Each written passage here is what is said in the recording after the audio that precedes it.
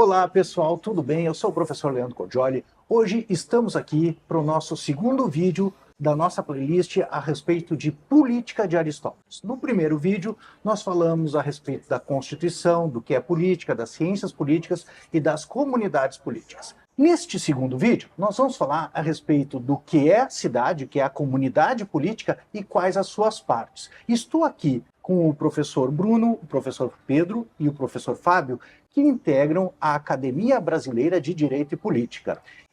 A Academia Brasileira de Direito e Política, ela possui um canal aqui no YouTube e uma página no Instagram. Então, vou deixar o link aqui na descrição, se você quiser conferir. Senhores, estávamos falando a respeito da política de Aristóteles, da ciência política, das comunidades políticas. E a gente poderia definir, conforme o Aristóteles, em termos de matéria, né, de a menor parte da comunidade política é o cidadão, que a gente vinha conversando agora há pouco. Mas ele diz assim, também a comunidade política ela é formada por facções. Ou seja, existem os ricos, que são uma minoria normalmente, e existem os pobres, né, que normalmente são a maioria, diz Aristóteles. Não é que as coisas necessariamente são assim, mas normalmente há poucos ricos e muitos pobres. Existe a classe média também, que integra essa comunidade política. Para Aristóteles é uma classe muito interessante de se trabalhar e estabilizar o regime, né? E existem também os notáveis, isto é, sejam os cientistas ou os filósofos na época dele, ou as pessoas que se destacam em virtudes, mas existem alguns cidadãos que são notáveis. Por exemplo, muitas vezes numa democracia, os notáveis podem ser um problema. Em algumas democracias desviadas, né, já que a própria expressão diz, o ostracismo era o remédio para os notáveis, quando o cara se destacava demais. Hoje em dia se vê alguma coisa parecida, né? Quando você começa a falar em Elon Musk ou em alguns, muitas vezes eles vêm um papo tipo assim, ó, é inaceitável que o cara seja tão rico quanto, né? Porque ele pode ser um perigo para a democracia, de fato, porque ele se destaca, né? Se estamos falando de iguais, chega uma medida que o cara começa a se desigualar, né? E aí começa, para alguns, pode parecer perigoso mesmo. Então, eu queria ver com vocês quais são as partes da cidade, né, as facções, e depois, a partir disso aí, como é que o Aristóteles organiza os regimes políticos, né? E o que vocês poderiam me falar dessas partes de ricos, pobres, classe média, notáveis, né? Vocês teriam alguma coisa para acrescentar?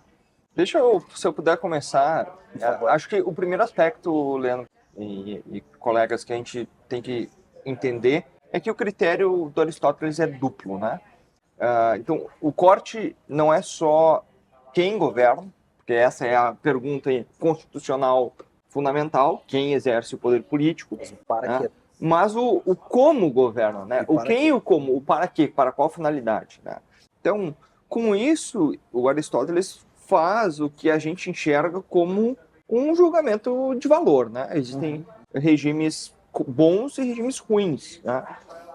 E nesse quem governa poucos ou muitos, então para finalidade, para o bem comum ou para uma finalidade desviada, enfim.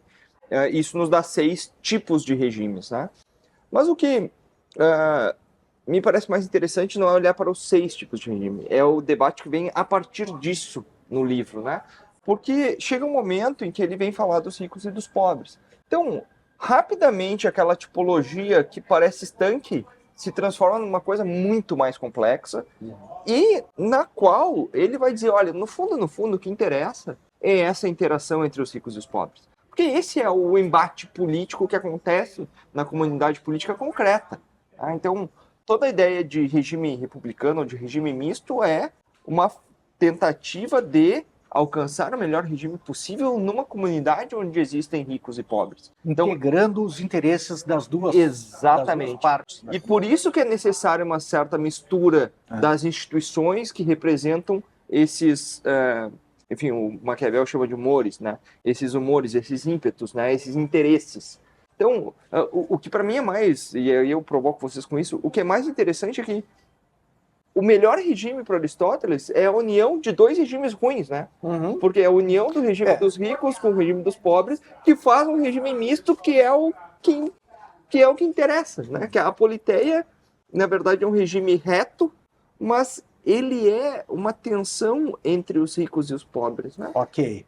Agora essa é a minha provocação. Que tinha ficado devendo no nosso episódio anterior, né, que eu tinha combinado de falar sobre a questão da circunstância. Então, no começo do livro 4 da política, eu já escrevi bastante sobre isso, o Aristóteles ele vai dizer assim, olha, a ciência política ela é que nem a ginástica. O professor de ginástica, ou o técnico da ginástica, ele vai dispor a respeito do melhor exercício para o corpo mais bem disposto, para o atleta olímpico, e isso é uma preocupação do professor de ginástica, mas também para aquele cara, tipo nós, homens de idade média, da meia idade, né? Homens de meia idade, né?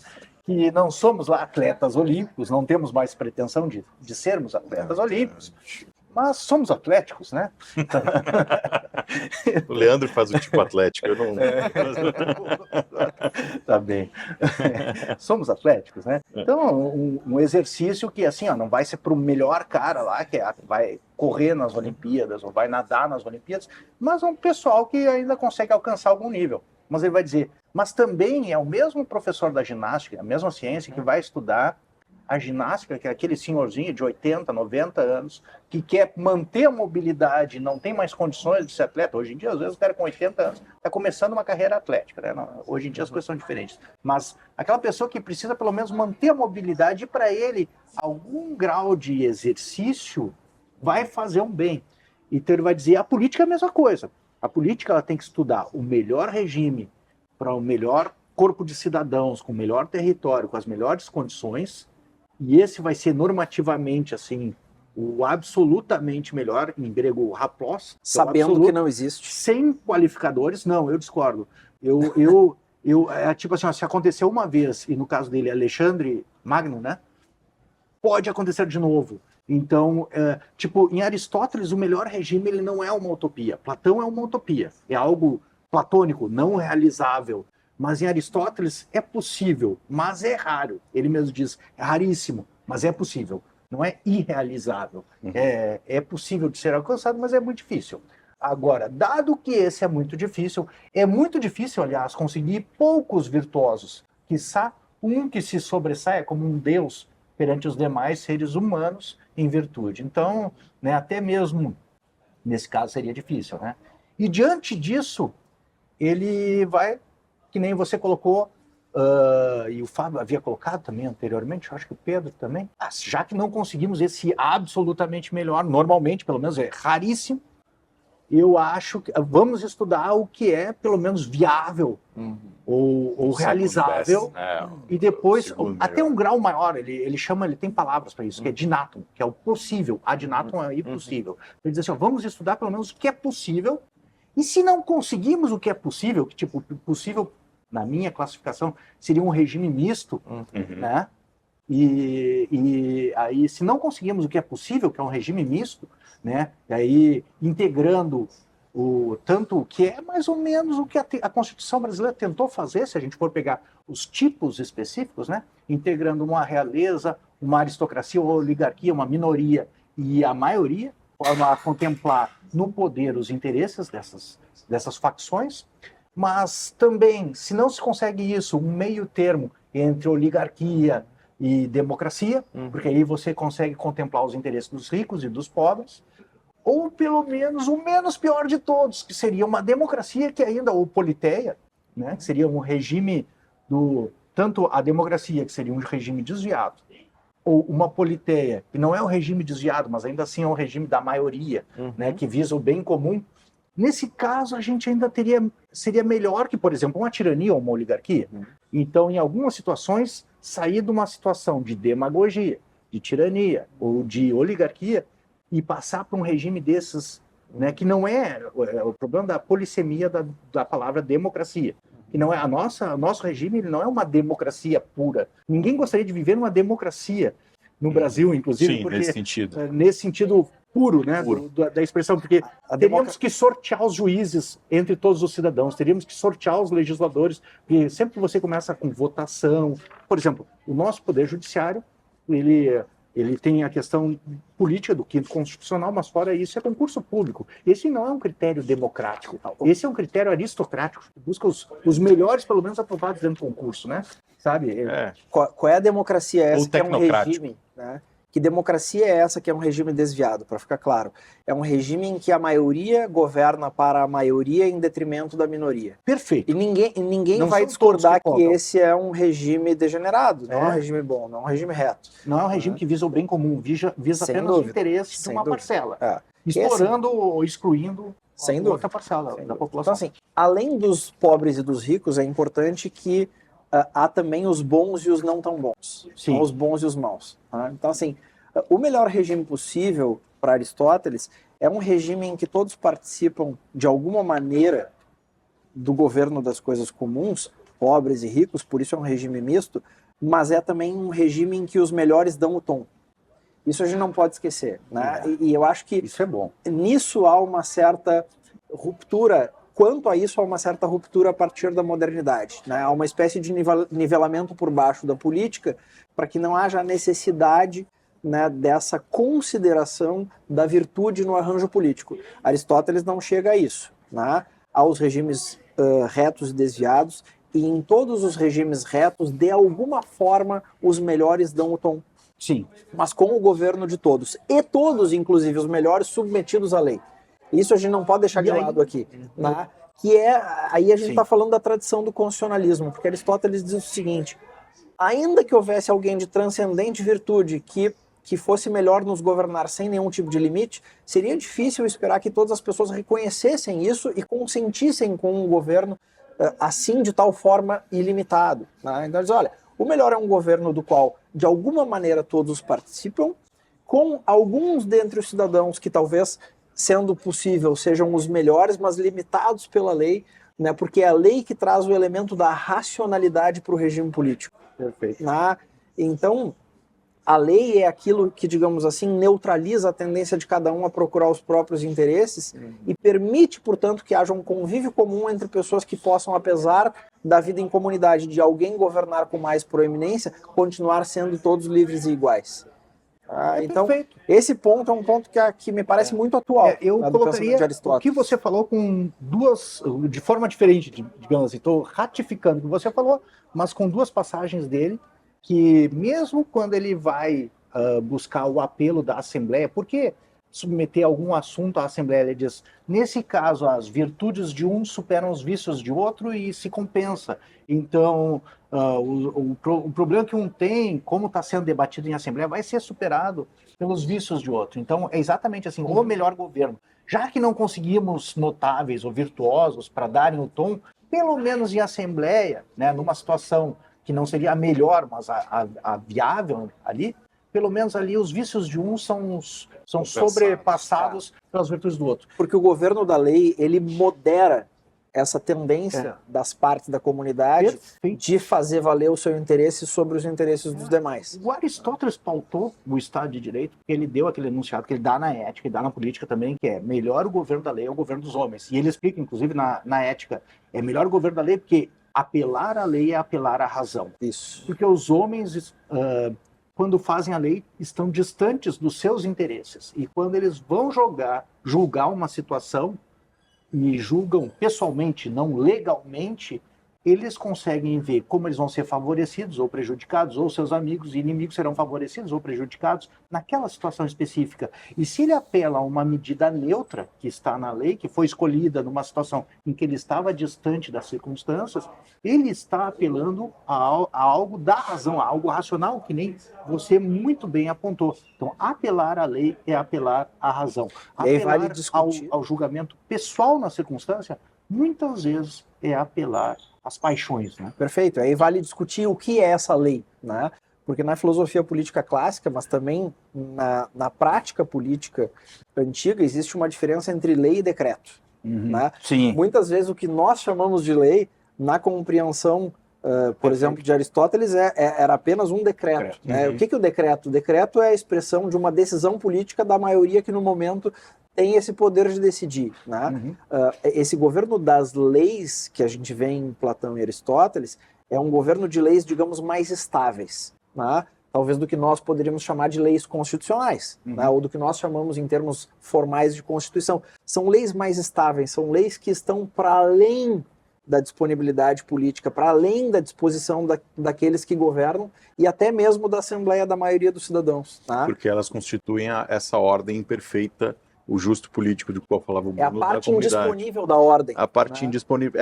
Sempre disponível no fundo, mas na verdade, mas na não prática... para o governo. Não para a pro comunidade, governo. sim, mas para o Pra governo, comunidade, não. sim. Mas ele mesmo sempre falou que é melhor disponível. não ficar mudando muito a lei, porque a lei vai perdendo a vinculabilidade, né? Ela deixa de gerar estabilidade e lealdade do cidadão com a lei, né? Mas me parece que tudo isso também depende muito, a gente falou um pouco en passant dessa relação dos ricos e dos pobres e das pretensões legítimas, né? As pretensões legítimas de governo, que cada uma dessas classes, digamos assim, desses estratos sociais tem. Tá? Agora, isso depende, me parece, de uma conexão mínima entre esses ricos e esses pobres.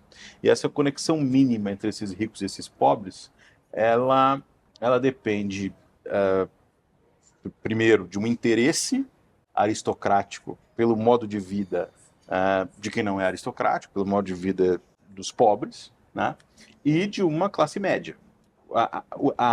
A capacidade estabilizadora da classe média, ela é fundamental.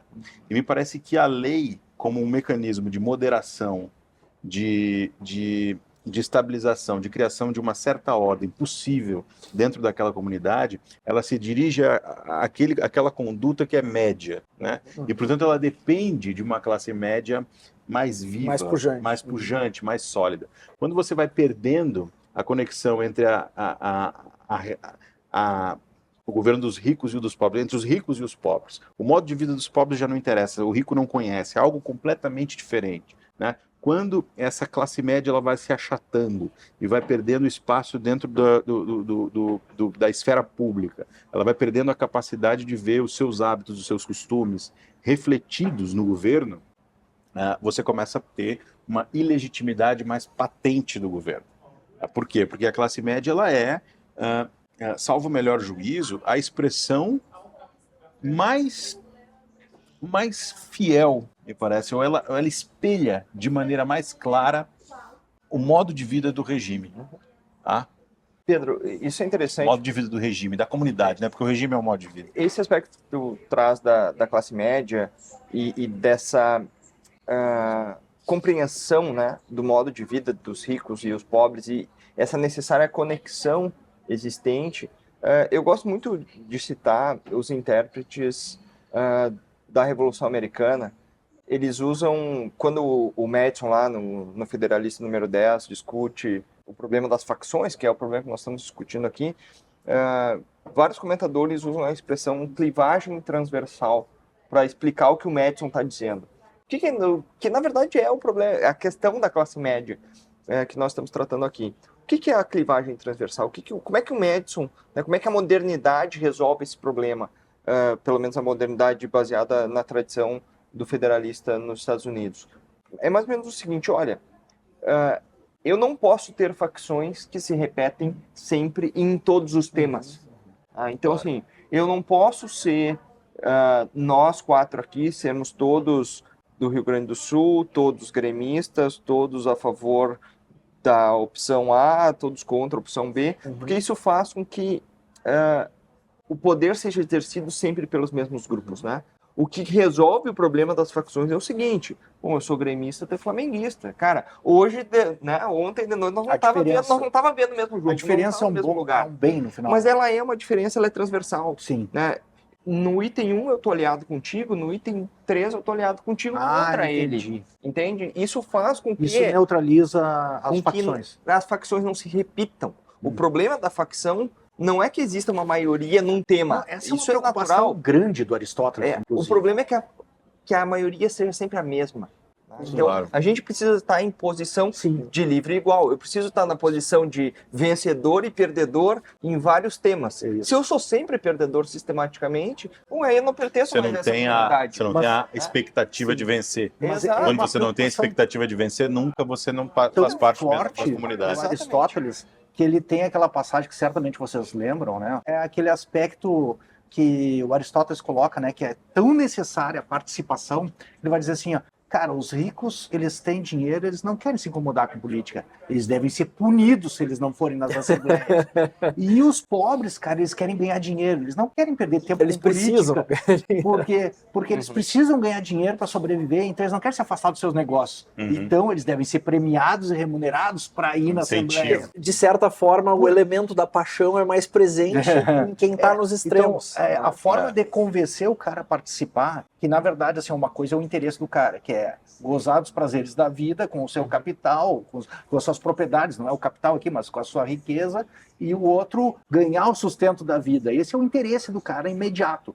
Mas ele tem um interesse imediato, a médio prazo, que é mais importante, que vai repercutir na estabilidade e na pacificação da comunidade. Se o cara deixa de ir para ganhar o seu sustento, deixa de ir para gozar os prazeres da vida, o que acontece? Amanhã ou depois a outra facção se sobrepassa, se impõe totalitariamente e não há mais essa clivagem, né? Que você chama. Mas há um problema também, tem o problema da facção que se impõe totalitariamente. Esse é um problema gravíssimo.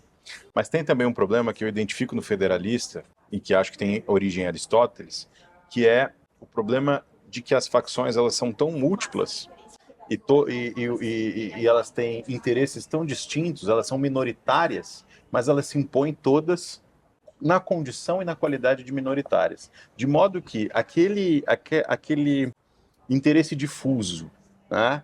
Aquela modo de compreensão, aqueles hábitos e costumes difusos que normalmente estão presentes nas pessoas comuns que compõem a classe média, já não interessam mais ao governo, já não interessam mais a quem toma decisões em nome da coletividade.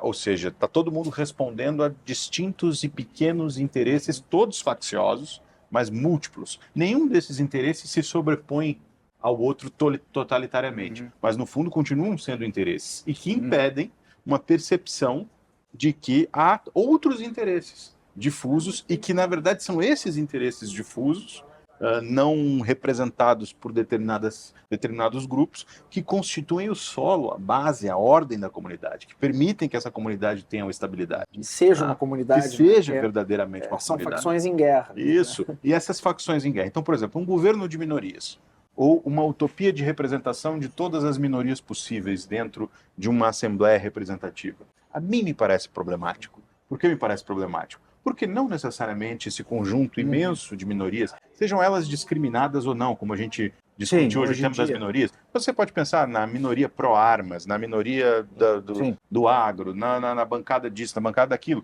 Aí sim, no movimento negro, no movimento LGBT, em todos esses movimentos, juntos, todos esses interesses, não necessariamente vão levar a nenhum tipo de decisão em nome do bem comum e em nome da comunidade. Sim. Por quê? Porque esse interesse que não está presente no coração e no discurso desses grupos, ele está presente, na verdade, na sociedade, mas não está presente nas decisões coletivas, por quem as toma. Né? E isso desestabiliza a sociedade. Porque o bem comum ele não é uma soma de interesses parciais. Não é bentamita nesse Exatamente. sentido.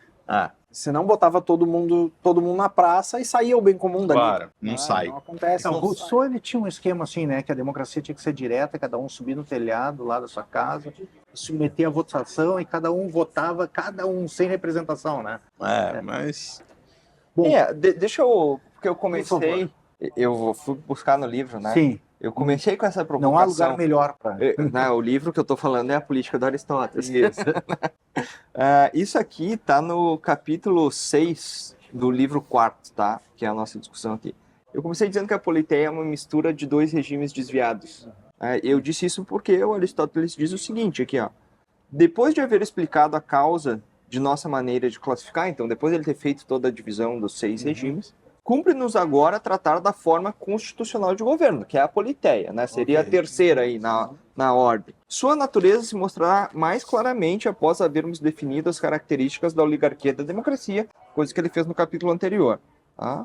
Já que o governo constitucional, ou seja, a politeia, em poucas palavras, é uma mescla de oligarquia e democracia. Ok. Então, E por que uma mescla, né? Ele tá buscando moderar os vícios desses dois modelos. Mas esse é o realismo que é tão interessante da Aristóteles. Maravilhoso. Né? Tô dizendo, essa é a natureza humana. A natureza humana, né, dentro da nossa comunidade, é uma disputa de ricos e pobres. Como é que isso aqui vira algo em prol do bem comum? Bom, eu vou só fazer um ampassant aqui, porque muitos da nossa audiência, ela não conhece a obra do Aristóteles, está assistindo esse vídeo para se aproximar.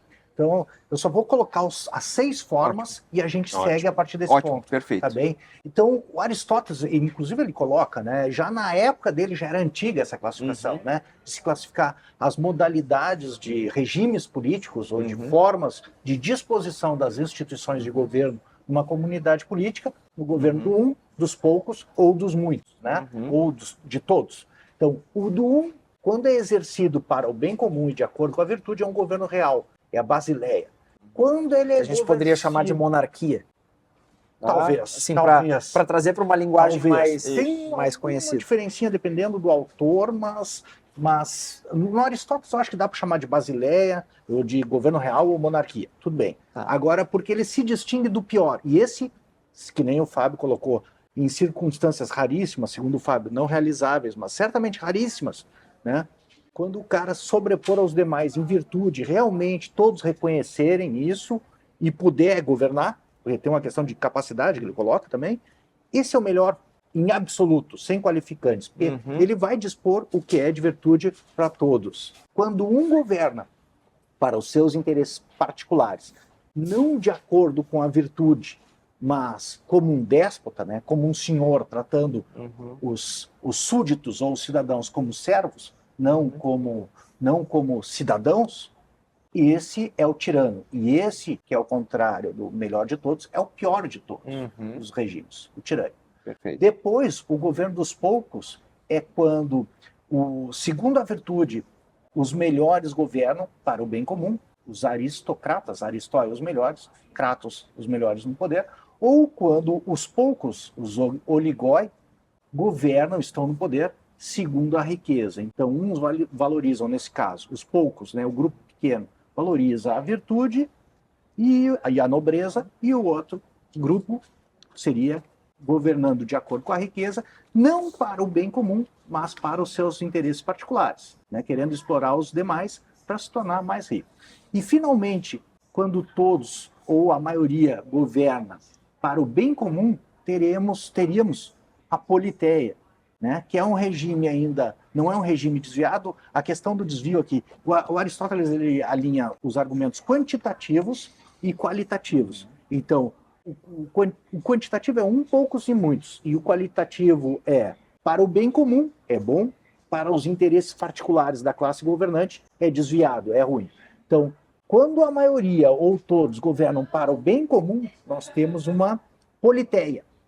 E quando a maioria governa para os seus interesses particulares, que nem eu acho o Fábio falava agora há pouco, que exclui uma parcela da população, não as minorias que nós consideramos, mas pode ser os ricos, por exemplo, podem ser excluídos, aí nós temos uma democracia, que é demos o povo Kratos no poder. Então, esse é um regime desviado. Assim como a tirania é o pior de todos os regimes desviados, a democracia é o regime menos pior dos regimes desviados, porque ainda assim ele beneficia os interesses de muitos. Então, a ditadura da maioria. Além disso, às vezes, por exemplo, que nem eu acho, você mesmo apontou a questão do Estado de Direito. Quando uma democracia, que é o regime da maioria, se submete à lei, você consegue temperar ainda que não haja elementos oligárquicos. Os vícios da democracia. Você ainda consegue temperar um pouco a democracia, a vontade porque, da de certa maioria. forma, contém a tendência da maioria a exercer um poder despótico sobre a minoria. Se de fato se submete, né? Porque muitas vezes a gente vê que diz, somos um Estado democrático de direito e faz o que quer. Né? Outro slogan do mundo. Já que somos, exatamente, já que somos a maioria, a lei é somos o que dizemos, é o que nós dizemos. Né? E aqui um outro aspecto bom, interessante falar também, né? Assim como a aristocracia e a oligarquia tem a ver com a virtude e com a riqueza, a democracia ela tem a ver com a condição que é valorizado, o valor da democracia é a liberdade. Então, basta a condição de o princípio da democracia é a liberdade. basta a condição de ser livre para ser cidadão, no caso, né? E é um valor que é um valor, até os dias de hoje, né, na nossa democracia, né, fundamental do regime político. E como todos são livres, a conclusão que se chega em seguida, diz o Aristóteles, é que são iguais. Se você é livre, você é igual aos demais. Não é porque você tem dinheiro, ou porque você tem virtude, ou porque você tem poder que você é melhor. Então, a democracia é o regime dos livres e iguais. São valores que viram fundamentais.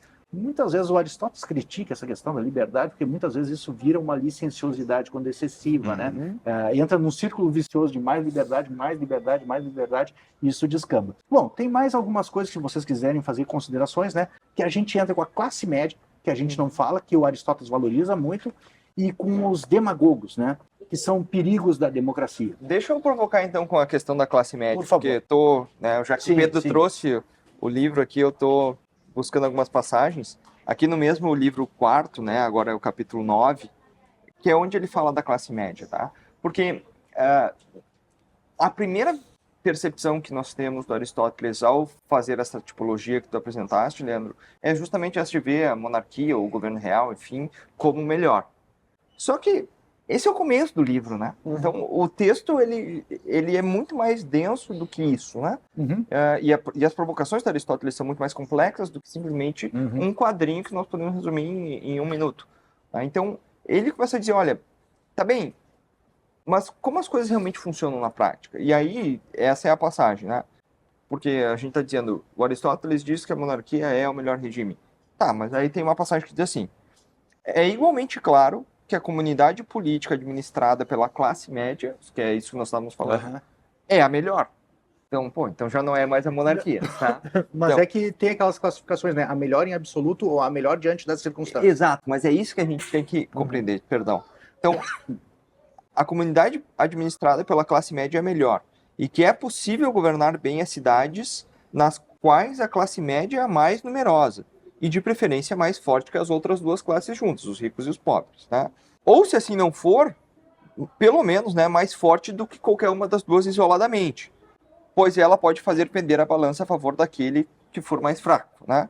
Então, aqui é a história da clivagem transversal, né? Então, aqui os interesses não são sempre os mesmos, né? Sim. Então isso faz com que esse aspecto, né, que essa comunidade seja mais democrática, né? Impedindo assim a preponderância de um dos extremos contrários. E aí ele segue no próximo parágrafo. Evidentemente a forma mediana de constituição, que é essa que nós estamos falando aqui, é a melhor, pois somente ela é imune ao faccionismo, né? Facciosismo, na verdade. Já que é onde a classe média é numerosa, é menos provável a formação de facções e partidos entre os cidadãos. Só contextualizando, eu acho que o Brasil ainda não chegou num ponto de guerra civil, mas a gente vê que alguns estados contemporâneos chegam à beira da guerra civil, alguns em guerra civil, de fato. Mas a gente já vive o sentimento geral, acho, da população brasileira numa situação facciosa, né? A desintegração. Então não há mais, é difícil de arrumar um elemento comum unificador, sabe, tipo, que pode, a Copa do Mundo muitas vezes representa isso. Bom, em realidade houve algo que unificou, né? Agora, essa tragédia que a gente teve aqui no Rio Grande do Sul, de certa forma, dissipou as diferenças político-partidárias e as pessoas, pelo menos uma parcela da população, se uniu para ajudar quem estava passando por dificuldade, independentemente de partido político, ideologia ou coisa parecida. Mas um elemento unificador é, ao mesmo tempo, um elemento pacificador e que contribui, possibilita o desenvolvimento do bem comum e que pese não ser todo o bem comum de uma comunidade política. Por isso, essa preocupação do Aristóteles, né? O que, num caso radical, pode acabar numa guerra civil, né? Que ninguém quer. Mas num caso radical, poderia acabar numa guerra civil. Vocês teriam mais alguma coisa para colocar? Eu concordo contigo. E aí eu concordo com Aristóteles, inclusive, não é nem só contigo, né? No sentido que eu acho que me parece, de fato, um regime baseado na classe média, né? Cujo a classe média seja o caso central do regime, assim, do bem comum, e que contemple todas, né? Mas que a classe média se veja representada, é um regime mais estável e mais capaz de proporcionar o bem comum para todos aqueles que integram, não é para a classe média, mas para ricos e para pobres também. Então, o que parece para vocês? A classe média é um elemento estabilizador? Sem dúvida. Sem dúvida. Existem muitos autores hoje que têm estudado esse tema já há algum tempo, decretando, por exemplo, o fim da classe média, seja por razões econômicas, né, que se impõem, seja por razões principalmente econômicas no sentido da formação de um capitalismo de compadrio, de governos que se associam a empresas para manter sempre os mesmos, né, vencendo e levando tudo, o que não é um verdadeiro capitalismo, porque o capitalismo, ou pelo menos o sistema de livre mercado, envolve a concorrência, o elemento da concorrência é fundamental para que justamente beneficie a classe média, senão a classe média vai se achatando. E, além do elemento econômico, tem também o elemento cultural, de profunda insegurança cultural da classe média, que me parece uma realidade hoje, né? Os costumes apresentados mediaticamente, academicamente, intelectualmente, judicialmente, muitas vezes são os mesmos, não são os costumes da classe média.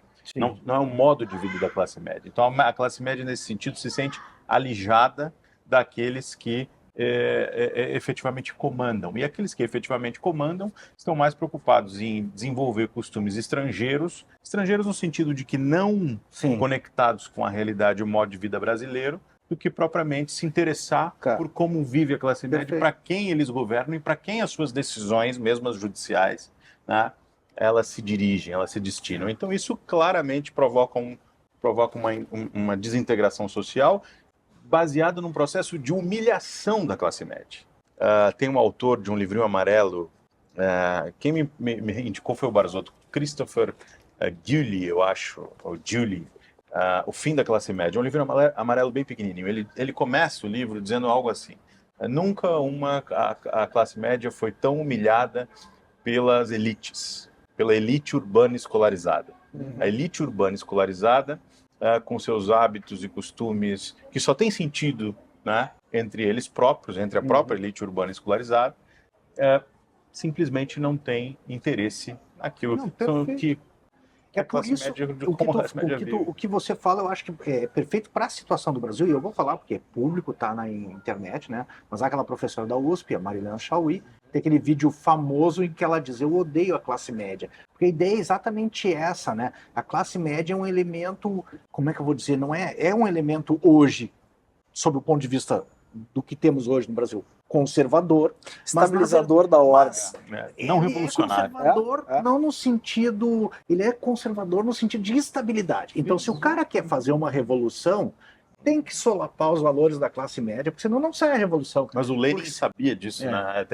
Tem várias passagens. A escola de Frankfurt também. A classe média, o trabalhador não será um aliado da revolução. Quem é o aliado da revolução é o intelectual. O trabalhador não é aliado da revolução. Ele quer conservar aquilo.